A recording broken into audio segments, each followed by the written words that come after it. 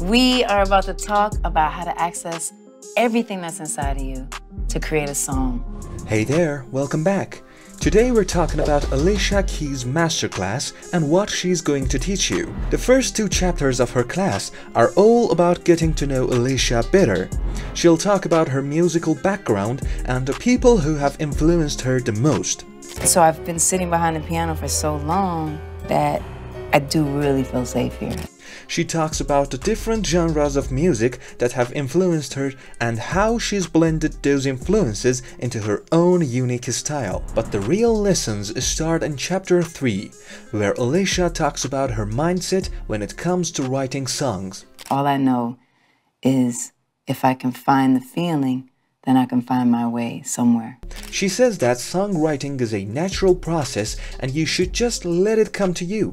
There are no rules and you should be open to whatever comes to mind. Alicia also stresses the importance of being yourself and staying true to your own style. She encourages her students to embrace their uniqueness and not try to copy others. Sometimes I feel nothing at all and I just sit down anyway and I play whatever comes out. This is something that has made her own music so successful. She's always stayed true to herself and her own style, and it's made her stand out from the crowd. When it comes to the actual songwriting process, Alicia likes to start with the melody.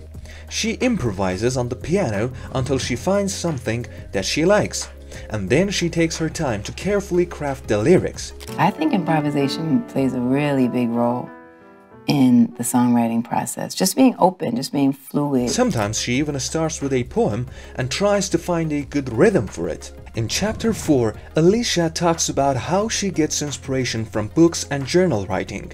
I really love books as a tool to continue to write in ways that are unique or interesting, or if I need inspiration, a lot of times I'll turn to books. She thinks that reading books can help you develop new ideas and perspectives, while journal writing allows you to reflect on your own experiences and emotions.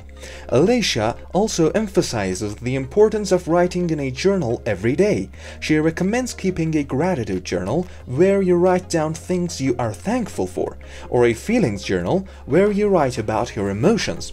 This helps you to improve your writing skills and connect with yourself on a deeper level. Moving on to chapter 5 and 6, Alicia talks about some of her early hits, such as Fallen, Not Even the King, and Troubles. She shares the stories behind these songs and how they came to be.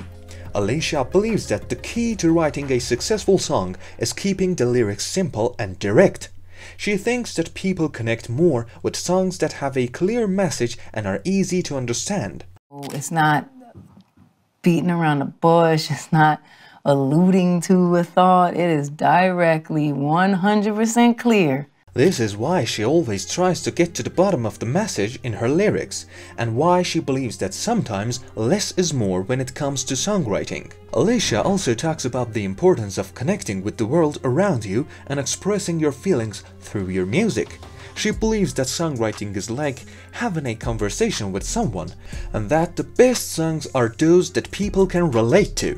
Alicia shares some tips on how to make your songs more relatable and meaningful, such as being honest and vulnerable in your lyrics, and using your own personal experiences to connect with your audience.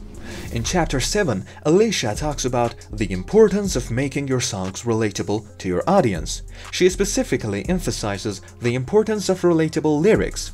Alicia believes that when people can relate to the lyrics in a song, it helps them to connect with it on a deeper level. Moving on to chapter 8, Alicia shifts her focus to the world of producing. She provides tips on how to be creative in the studio, and one of her main suggestions is to work alone. Alicia believes that being alone in the studio allows you to fully focus on your music and ideas without being influenced by others. But I still find that there's something really powerful about being by yourself. She also encourages artists to be open-minded when writing, recording, and producing a song. Alicia suggests trying out different melodies, harmonies, and lyrics, and being open to the possibility that some of them may not work out. In her experience, being open-minded and experimental in the studio can lead to some really amazing results. Usually what I do is I really step into the booth with an open heart. In Chapter 9, Alicia discusses vocal arrangement and why she loves it so much. She compares the process of songwriting to sketching, where you lay out the basic structure and ideas for your song. In contrast, the vocal arrangement is like painting, where you add depth and texture to the song. Writing the song is like the sketch. To me, the arranging the song, and particularly the vocals, is like painting it. Alicia explains that vocal arrangement involves adding harmonies, ad-libs, and other vocal elements to enhance the overall sound of the song.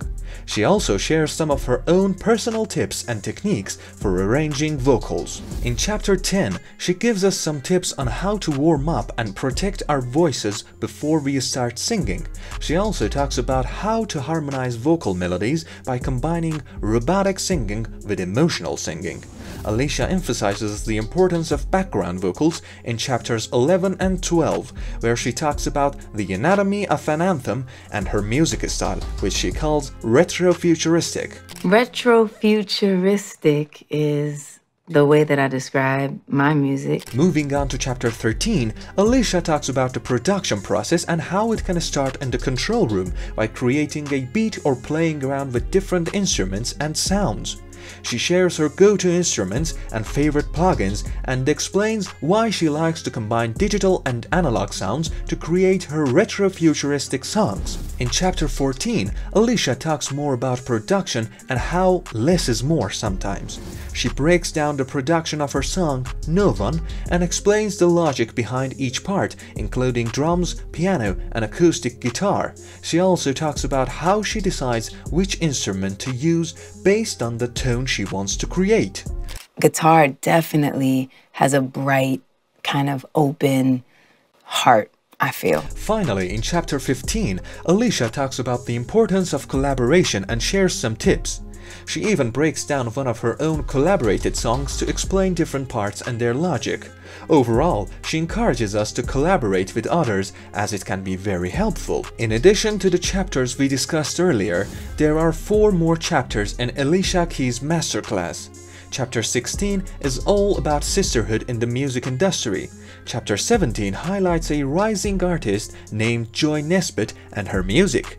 Chapter 18 is about power and purpose in music, and Chapter 19 is about the importance of continually learning and growing as an artist. There are so many great tips and lessons in these chapters, and it's like conversing with Alicia about mindset, music production, and more. This video was just a highlight of what the masterclass offers. If you can purchase the entire masterclass, I absolutely recommend it. Let me know in the comments what you think about this video. Check out this video where we talk about how Taylor Swift paints such vivid pictures with her words. See you there.